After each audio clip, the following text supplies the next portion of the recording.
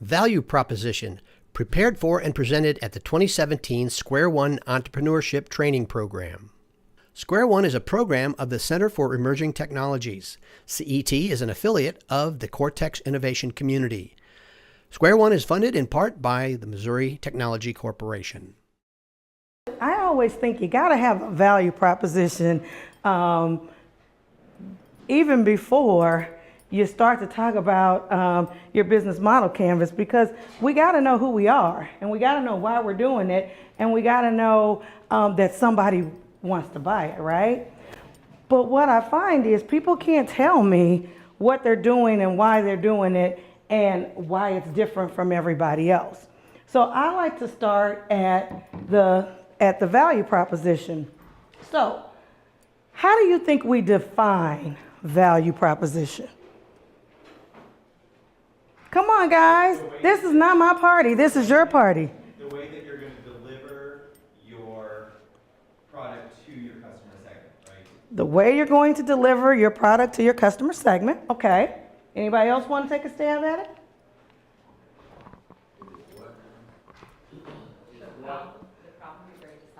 The problem you're going to solve. What benefit this has for the customer. What benefit it has for the customer. And guys, it is always about what's in it for the customer.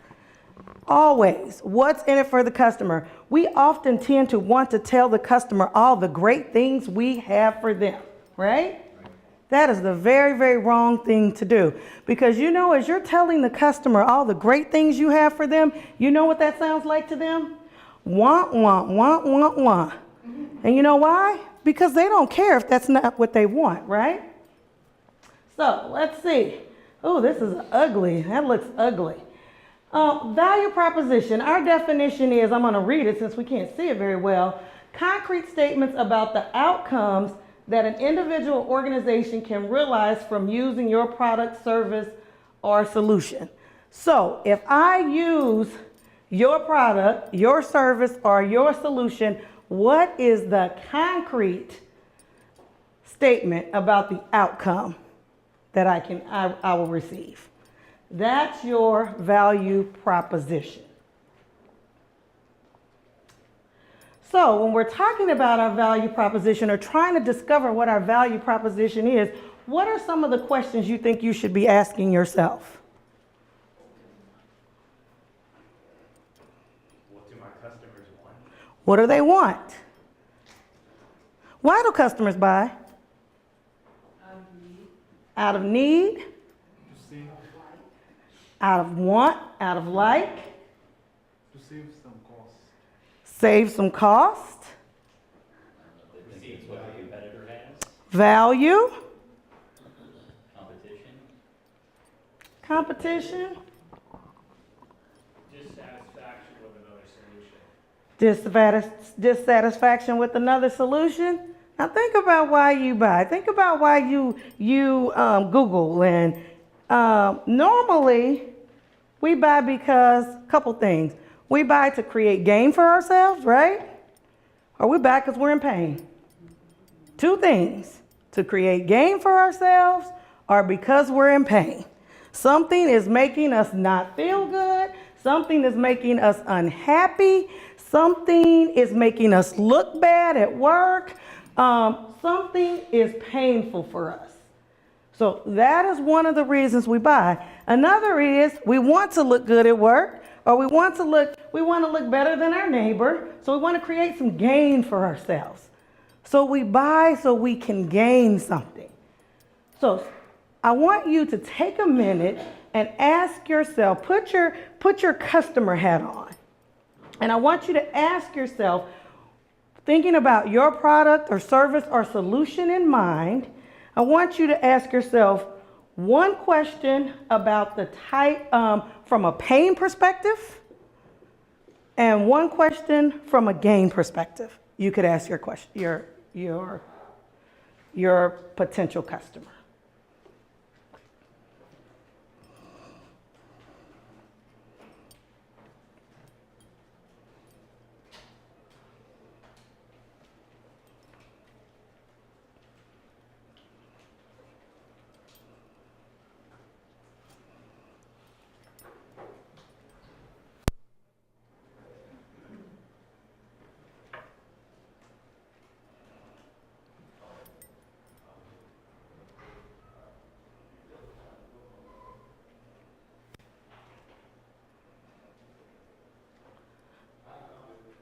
as we're doing that and as you're thinking about it, we should be thinking about what customer problems are we solving. Again, it is always about providing the solution to your customer problems.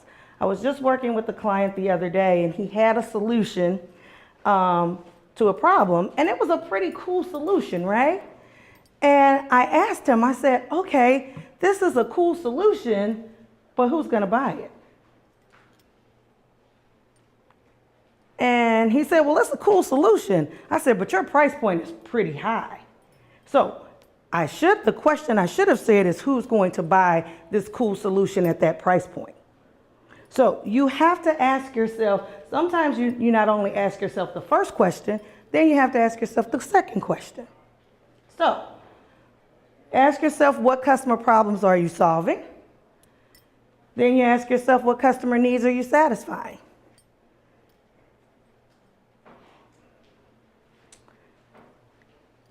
And then you even have to take it a step further, guys.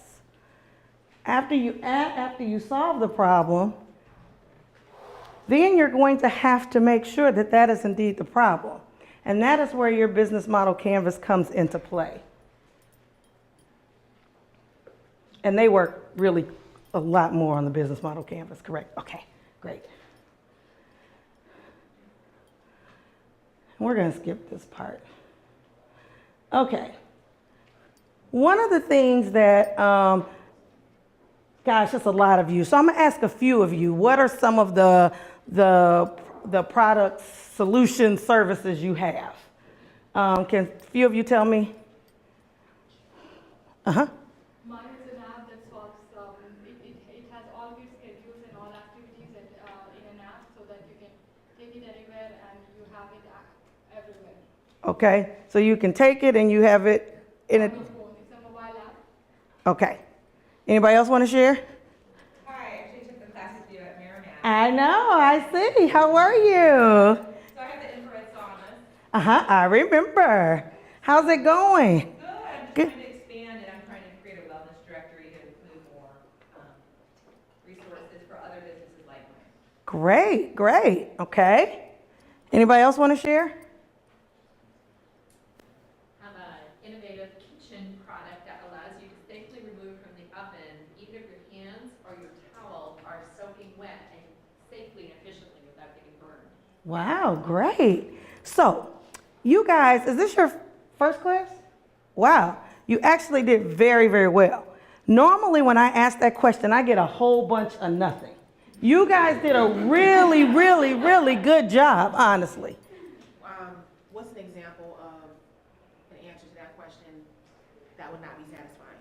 When you give me a whole lot about the technology, I don't care about the technology. I don't care about what it took for you to make the widget. And usually that's what people want to tell you about. You know, all the steps they took to get there and all the reasons why they came up with this. If it doesn't affect me, if it's not important to me, I don't care. And I certainly don't care about the technology. Remember that, guys. Any of you that have tech things, that have apps and all of that, people do not care about the technology. And if they care, they'll ask. Exactly. If you're talking to another scientist, if you're talking to another tech guy, you know, you guys are speaking techie together. That's cool. You know, it's cool and it's okay. But if you're not, you normally lose people because they only really care. Your product features, and Christy said it, your product features, guys, do not equal your value proposition. So all the things it took for you to create your product or service or put your solution together, that's not your value proposition. And I need you guys, if you don't get anything else out of what you get from me today, is your features do not equal your value proposition. Okay? And your customers are not going to want all of your features. You got to figure out what the customers want, and you have to match the features that they want to your value proposition. So what benefits do they want? What is the benefit? Once you know what the benefit is, then you can match your features to that. So, product features do not equal value propositions, but they do affect how your customer experiences them. So, and what I was trying to say is, if I'm interested in this feature, because it's what I value, then guess what? That's the feature that you're going to what? Focus on. You're not going to focus on all of them. You're going to focus on what I'm interested in as your customer. Okay, this is a little exercise I like to do, and it gets a little interesting. I want you guys to work in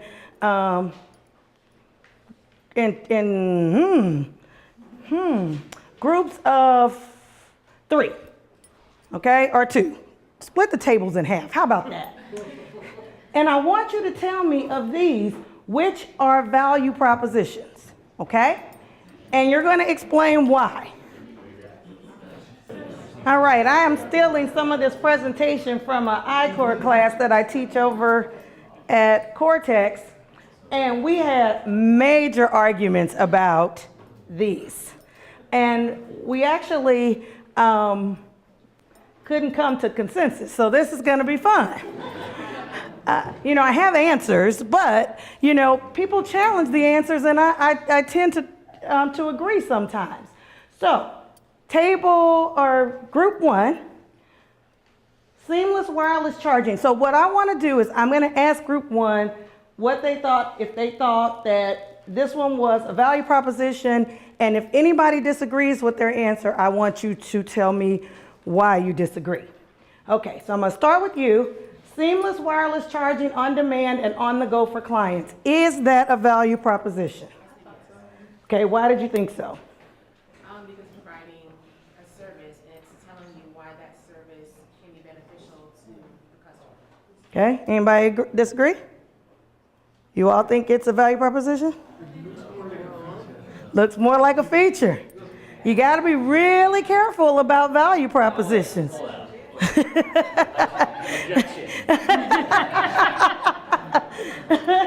I go, I need I need that, and I'm reading it on the back of the box. Mm-hmm. He goes, wires, okay, I go, all right. I'll buy that. So if this isn't one, then it's in a gray area. You know what? I'm just challenging you, that's all. I'm just challenging you guys to think more. So what's the benefit? Because we have wireless charging everywhere, anytime and on demand. That's the, I think it's the connectivity. Never have to worry You about don't being need there. those stupid wire that always breaks. Again, I was just playing devil's advocate to make you guys think. Thank you, Rick, for being like, hell no. But anyway, I mean, heck no. Sorry about that. Oops. Uh-oh. Can you erase that on the video? Okay. Okay, I think we agree that is a what? Value proposition. Okay, so source of income for customer through ads and deals on mobile app. You guys. We think it's a value You think it's a value proposition. Why? because it's general enough to stand for itself. It says what it is. It's a source of income. You like it, you buy it. If you don't need income, you don't have to. For customer as me, I'm not thinking about where the who I'm giving the money to, what I'm getting from the whatever I'm buying or whatever feature I'm getting. Mm-hmm. Feature? Yeah, it is a feature. Feature? Value? Feature? Creates a gain. Creates a gain for? The customer, or your customer, through ads and deals on a mobile app. This one, I will say, guys, we went back and forth, back and forth, back and forth, back and forth. And you know what? The arguments that they had, I went back and forth with them. Actually, the guide, the teacher's guide says this is not a value proposition. But your definition basically explains what that says. I got it. I got it. Everything is meant to be challenged, right? You know, you see, you're an HBCU guy. I get it. You're going to challenge me. I get it. Okay, we're going to go to the next one. You know what? For that one, whatever we got, we're going to, you know what? There's no wrong answer on that one, okay? Small matchbox size Wi-Fi access point with both data and energy charging. Feature. Feature all day. Yes. So it seems that value proposition depends on one's interpretation of whether or not they need this product. It can be. It can. But you got to be very careful. What we're really looking for has to have a benefit to the customer, okay? And it is not just a feature. One of the other, we had one that was really a big source of discussion, and that was, had something to do with a cell phone. Wonder if I might have it, and hopefully I can provide enhanced differentiated service level for clients. I don't even know what that means. That means absolutely nothing, actually. It really does. That means absolutely nothing. It's just a lot of words. And, you know, if it was anything, it would be a benefit. But it is, it would be a feature. And it is just kind of, you know, those empty words that we don't want you guys to use. Okay? That was an example of putting together some really good words that sound good, that mean what? Absolutely, positively nothing. Okay, last but not least, cloud-based software framework that allows cross-customer charging. Rick says feature. Are they charging money or are they charging their phones with this product? Or is it monetary charge? Yeah, what's the charge? Are we back to like charging like at the beginning? Are we charging money? We are charging something. We are charging a device. We're charging a device, is what I'm going to say. I'm gonna help you out. You know, we've gotten down to the last. This is a feature, guys. I got it, I got it, I got it. Ah! Oh. I got it. That was not a value.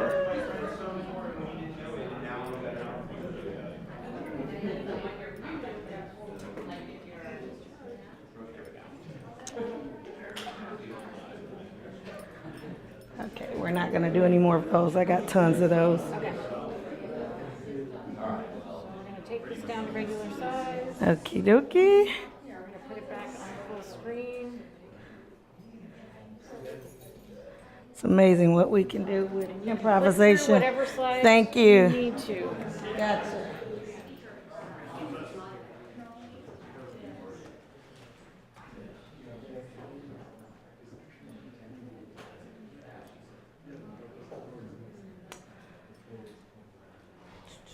So, what are the main types of value propositions? I gave you the answer. What are the main types? Pain and gain. See, Tanya was listening to me. Who else was listening? Only Tanya? Pain and gain are the main types of value propositions. Painkillers. Examples: functional, doesn't work well, has negative side effects. So you know what? You want to do something that fixes that. Emotional, I feel bad every time I do this. So you want to do what? Something different. You want to make them feel good every time they do this, right? Ancillary, running at the gym is boring or the design is ugly. So what do you want to do? You want to make it fun. Obstacles, time, money, regulatory, corporate inertia. Risk, I might lose credibility, or we are scared by new.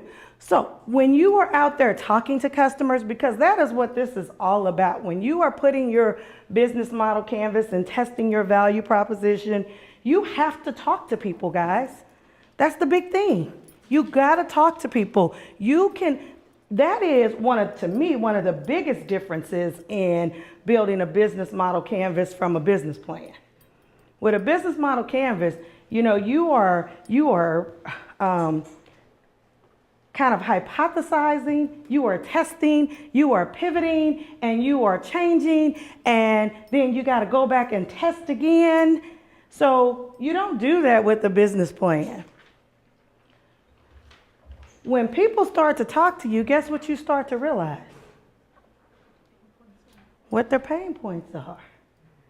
If you know what makes somebody uncomfortable, guys, guess what? Who has the upper hand?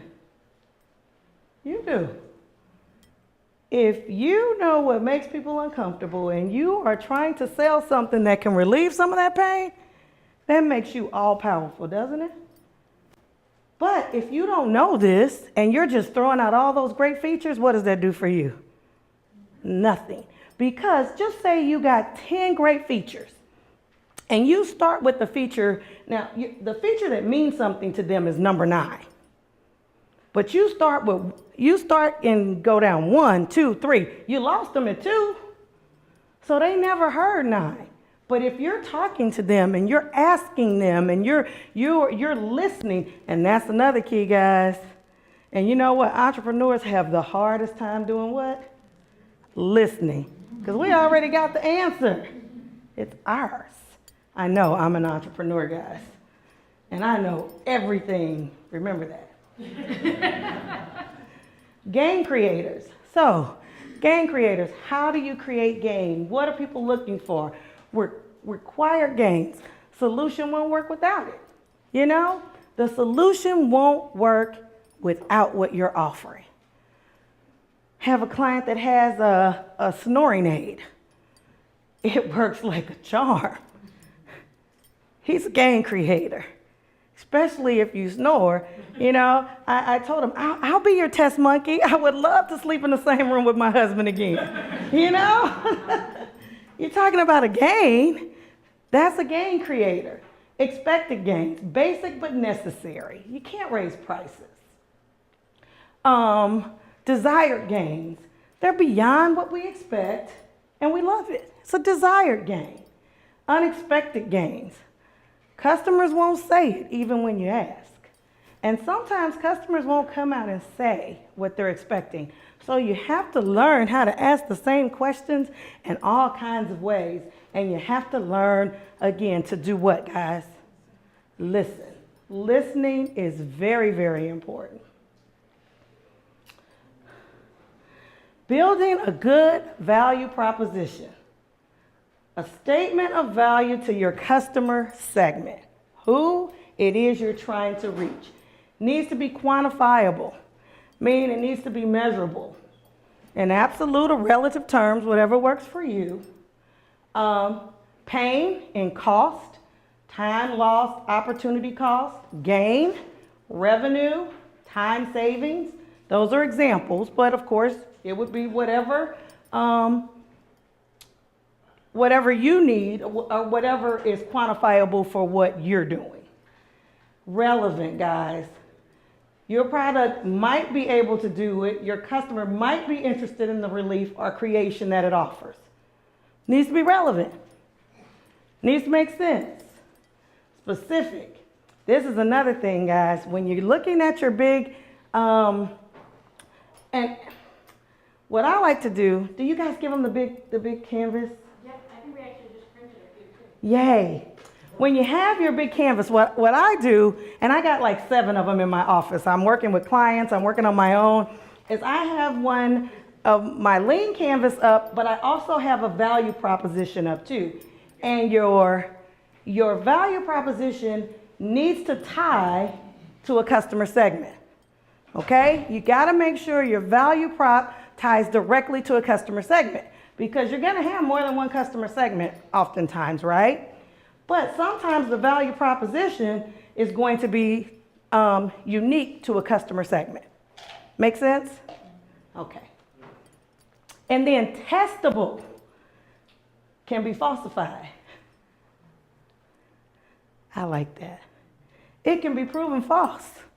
You know, what we tend to do as small business, as entrepreneurs, I should say, is we set it up so it can't be proven false. So we're proven right. No, you want to make sure that your tests allow you to get real input, real feedback, real information from the customer. Don't set them up to give you what you want to hear. Set them up to give you true feedback. It makes it better for you. I would rather know, and I've had some businesses fail miserably, and I wish I would have done this before those businesses failed miserably. Talking about a self-esteem killer. Anybody had a business fail in here? It's painful. Is it not painful, guys? Yes, it is. It hurts. You know, when my first business failed, I was 21 years old. I didn't get out of bed for 2 weeks. My friends came over and fed me and made me take a shower, but I didn't get out of bed for 2 weeks. You know, I just felt like a loser. So, you know, by the time the third one failed, I was like, I'm good at this. But the reality of it is, you want to set yourself up as best as you can for success. And that means you have to ask the right questions. And it's better to know on the front end that what you have they don't want than when you've sunk all your resources, time, and energy in it. And at this point, you can make changes. You can make changes.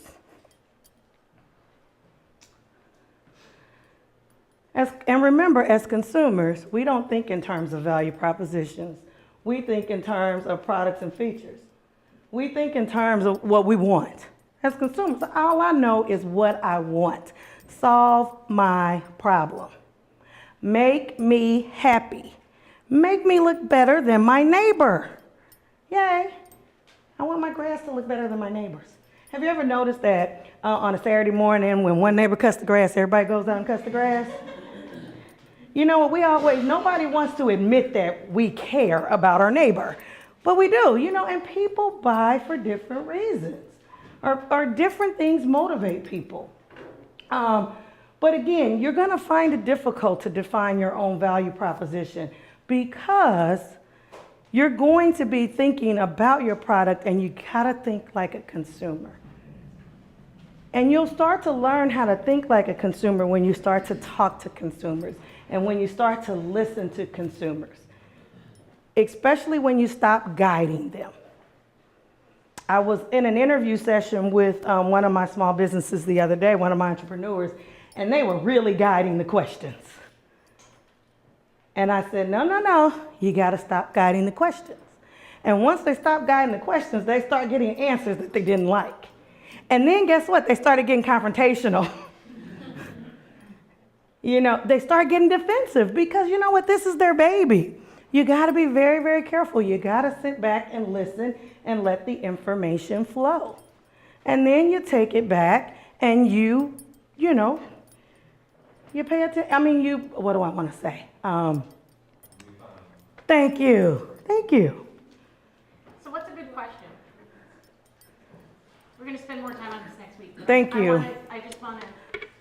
Thank you for putting me on the spot. Okay. Let me see, what is a good question? What would be an example of a bad question? Something that is closed in. You know, you want to make sure, I always ask open-ended questions. No yes or no questions. Make sure you don't ask a question that you already know the answer to. Christy, you want to give me a question? So for our app that's going to help us keep track of all of our kids' activities, right? A bad question might be something like, wouldn't it be great? Like, what would you think about having a solution in your hand that would like put all of your calendars together in one place, right? It's almost a closed question, right? And you've already led them to what you think the solution should be. Rather than saying, the last time your kids missed their soccer game, what happened? Right? right? Mm-hmm. Asking an open-ended question that allows them to then tell you their Story, right, right. I think we had two questions. Yes. Would another good question for her be something like asking someone, you know, when your kid misses, what did you do next, or what did you try to do to keep that from happening again? Mm-hmm. Mm-hmm. Obviously, startup businesses and traditional sales don't always merge the best, but I mean, I think so many people have always told me, and I've seen it be functional, as you're leading clients through, right, and you're countering their objections, when you finally get them to the last question, which is buy or don't buy, they only can say yes. You have eliminated the ability to say no. So, and I know these are two different questions, and it's a lot harder when you're selling something to a person versus selling a concept. So where I back you up is, we're not even selling anything. No, you're not. You're That's the question. No, we're to validating the business idea. right. You're not selling. You don't, at this point, you don't want to sell anything. You just want to know if they want it right now. Correct. Mm-hmm. And I think that's what I was getting at, even in your solution where you were meeting with the group that was presenting, and they were making the Exactly. yes. Right. And the person was a salesperson that I was, Well, they're typically the ones. yeah, he was. He was a salesperson doing what he does. I know I'm probably running out of time, so I'm going to start to try to wrap it up. So we have Q&A time. Strong value propositions enable and inform everything in your business model. So your strong value proposition supports your business model. To me, and this is my opinion, some may agree, some may disagree, your business model is only as strong as your value proposition. So I ask my entrepreneurs to spend a great deal of time working on their value proposition, fine-tuning it, reworking it, and it makes it a little easier when they start to really delve into the business model canvas. And it's worth your time to get it right, guys. Take the time. This is, some people tell me, some of my entrepreneurs say, gosh, this is so time consuming. You know what? It's your business. It's not mine. It's your success or it's your failure. You pay, you spend the time now so you don't fail later, right? All right. You guys have any questions? No questions? Come on. No. Well, I just was wondering, so I got the sense that what you're really saying is, we want to do this many, many different times and keep refining. Exactly. Exactly. This is work in process, over and over. You're going to do it. You're going to work on the canvas, and you're going to go back and refine it. It's a continual refining. And in between each iteration, as you're refining it, what are you doing?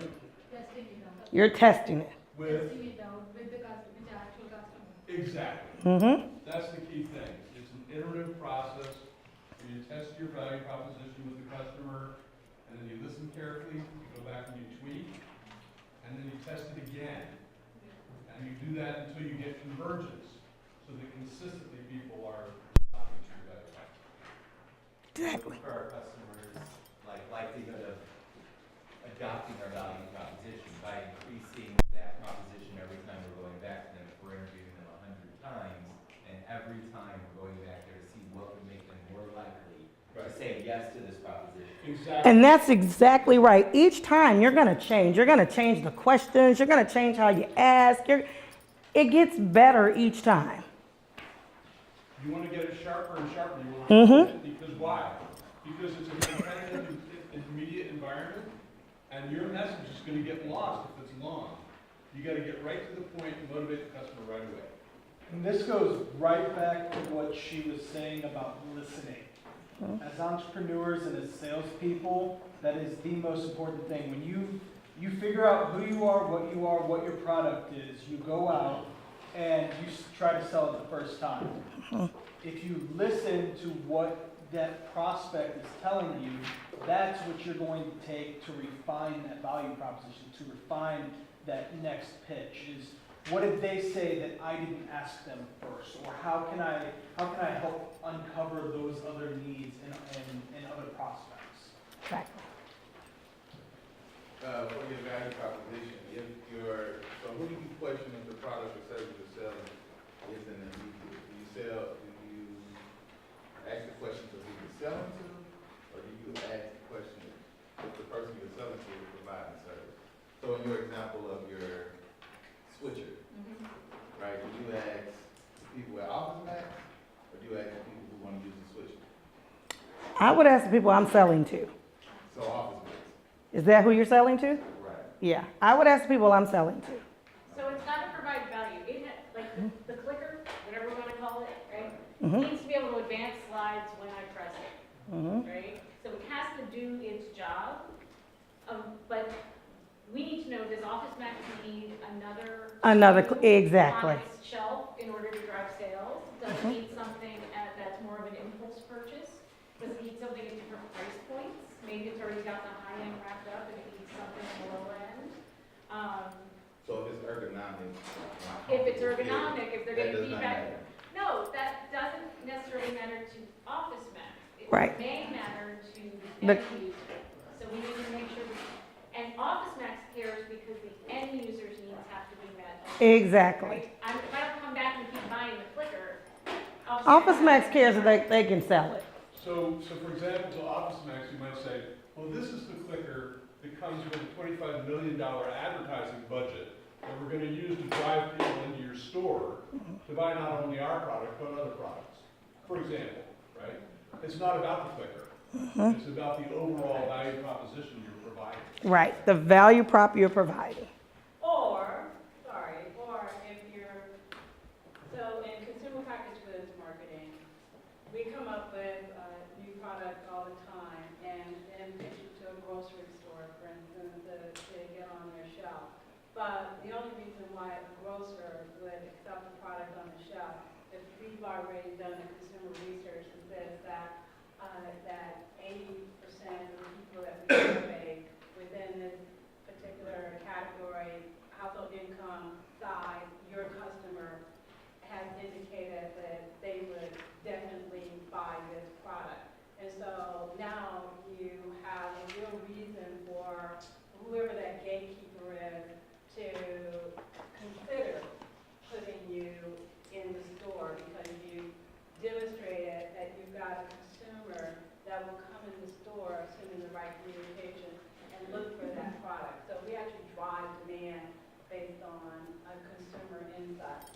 So Office Max or whoever it is, they really don't care. They are the gatekeeper.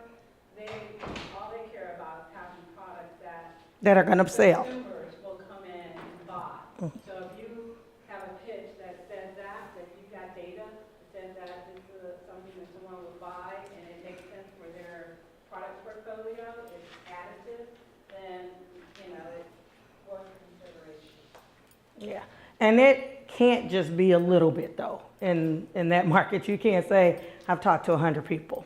Right. You know, you gotta come big when you're trying to get into large markets like that.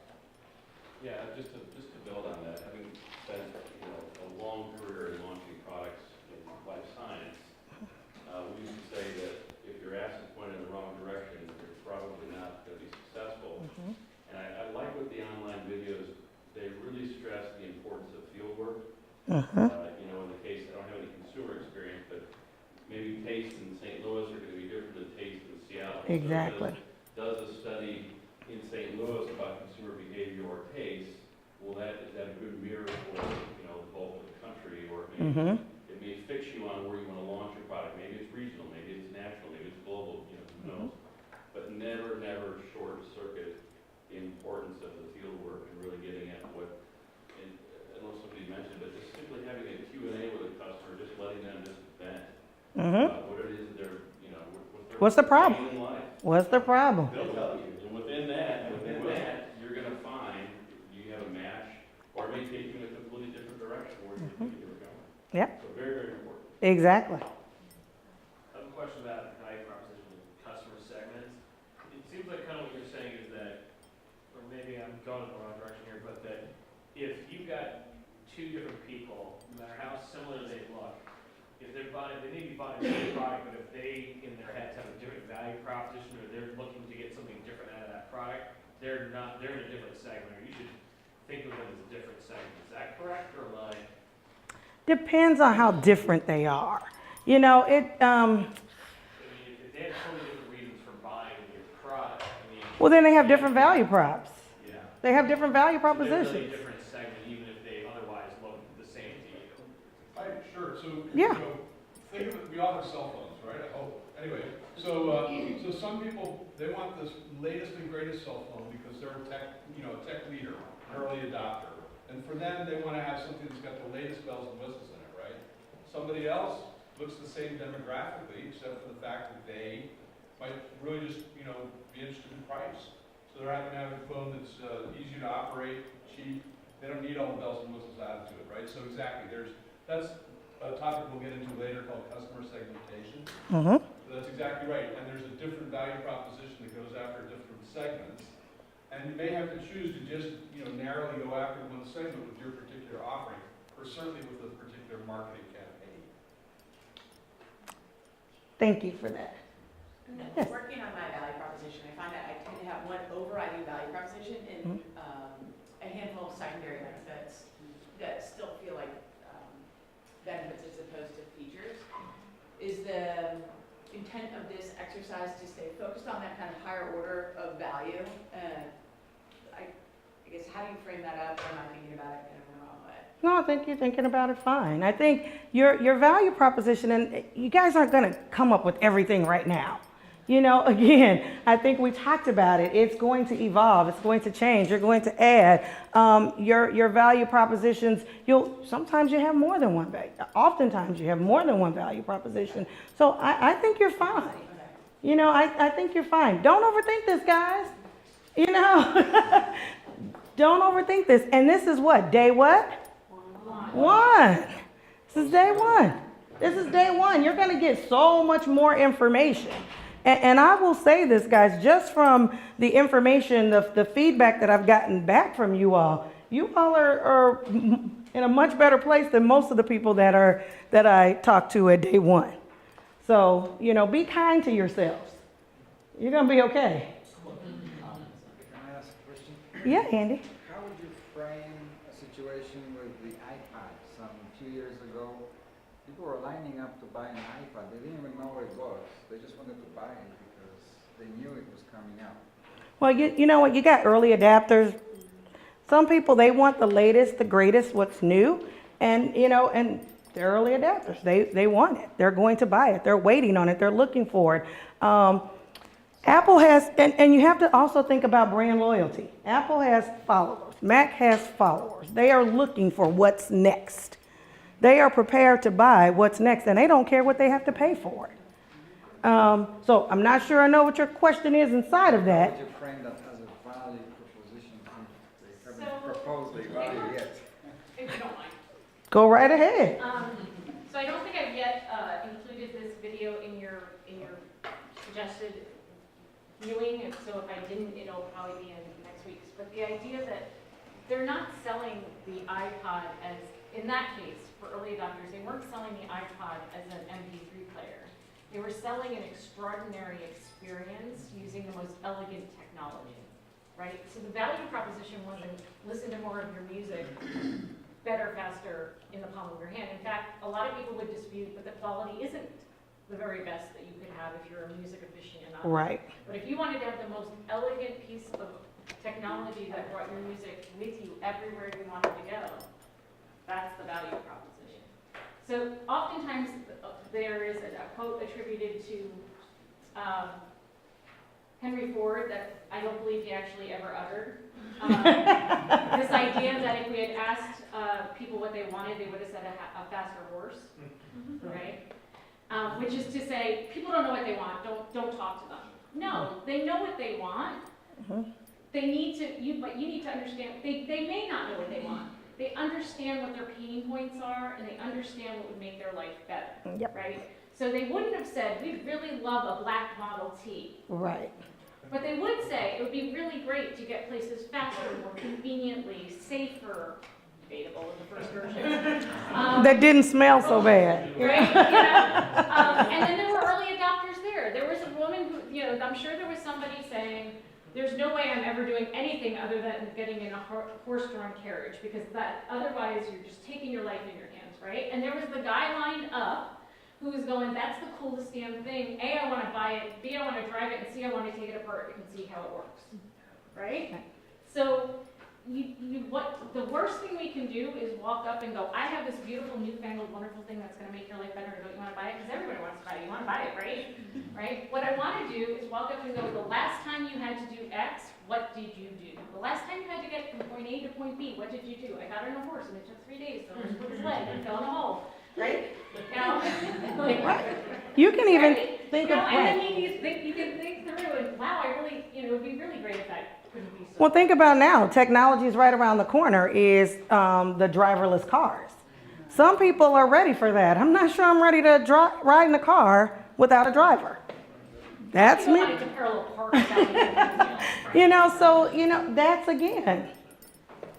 That's one of the things that they've been helping to figure out how to make it cool in a lot of senses. I caught myself the other day looking at the new testing that's supposed to be coming out, going, oh, it's a $30,000, $35,000 car.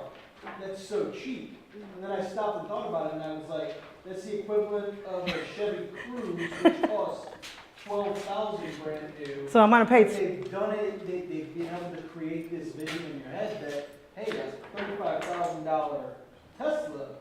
That's affordable.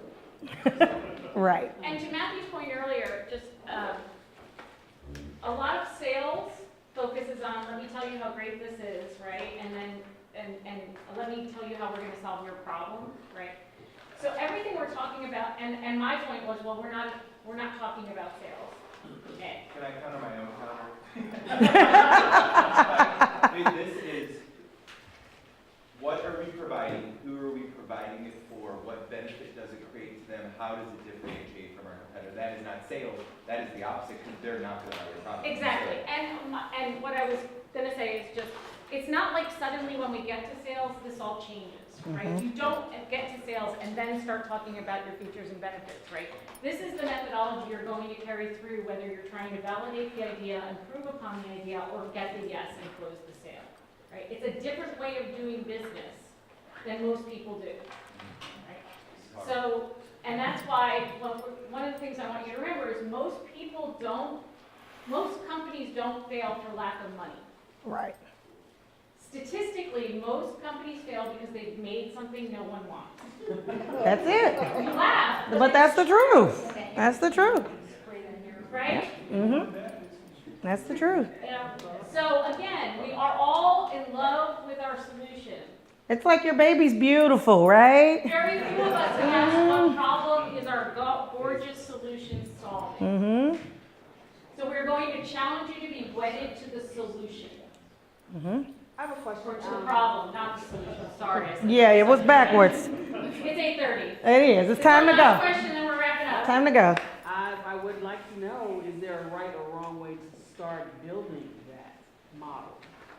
I mean, you know, you You have to start know with the about- value proposition. Start with the value proposition. Value proposition and customer segment. If you can't nail that down, You're in don't trouble. have a middleman. Yeah, you're in trouble. And the other thing I will say is sometimes you find out that people want something you don't want to make, or the customer target is people you don't want to sell to. Then you may not proceed with your company. You may be able to validate the business model and choose not to continue with your venture, right? But you start with the customer segment and the value proposition. And guys, it's okay not to move forward. I mean, remember that. It is okay not to move forward. I know that hurts, but sometimes you have to decide not to move forward. Yeah, I hate to be a bummer. That's going to be the case the majority of the time. To be very, very clear. Like, you know, in life sciences, it's worse than for the others. It's 1 in 20 that gets $500,000 in funding. 1 in 20 ever, you know, provides a return on investment. So, you know, this idea of, you know, hey, I've got to stick with this come hell or high water, and I'm going to make it work. No, it's really more about, I want a lifetime in entrepreneurship, Mm-hmm. and I'm gonna learn what works and what doesn't, Doesn't. so I can get out of the things that don't work fast. Right. That's called fast fail, and that's what you really wanna be aiming at. So a quick round of applause for our speaker. Thank you guys. Thank you